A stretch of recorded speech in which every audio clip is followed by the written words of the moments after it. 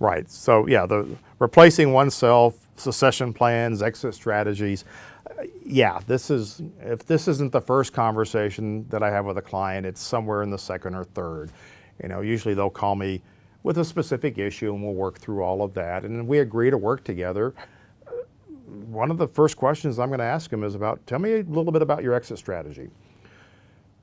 Exit strategy, and for a lot of people, that's like, well, no, I haven't thought about that because it's not the end yet, or my kids are little, or whatever it is. I said, no, we have to think about that because your exit strategy and how you plan to move on to the next level or to the next thing is really important. It affects how we set up your business.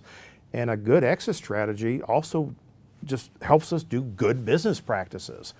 So having an exit strategy or having a plan for your retirement, for instance, doesn't mean you have to do it tomorrow.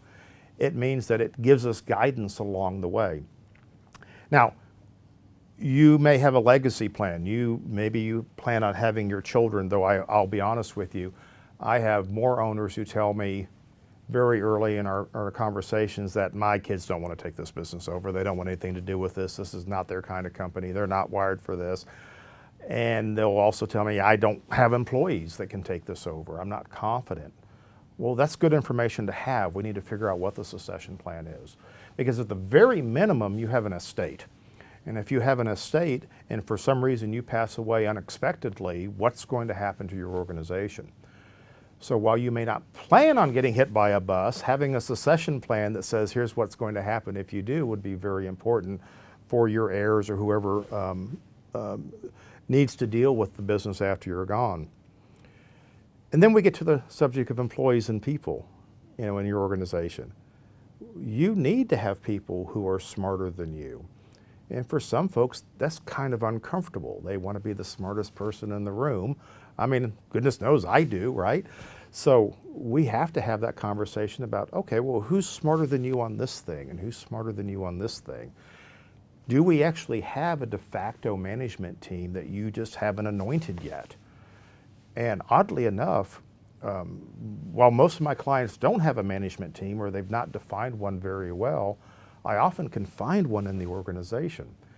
And the one that we find is not always the one that the owner expects. But if I can say, look, here's the team that you have, here are the people that can do this without you if they have to. Now, how does that work into your succession plan? Do we need to put something else in place? So my point is you need to have the conversation. Don't set this aside. Succession planning is just good business. It's just good business. It will help guide us in the other decisions that we need to make.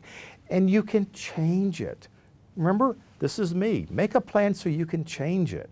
So let's make a few choices here about what the company is going to do for you. Is it going to become an annuity for you? Do you plan on selling it? Are you going to give it to a child? Are you going to sell it to your employees? There's probably 5 other things that you could do as well. Let's have the conversation.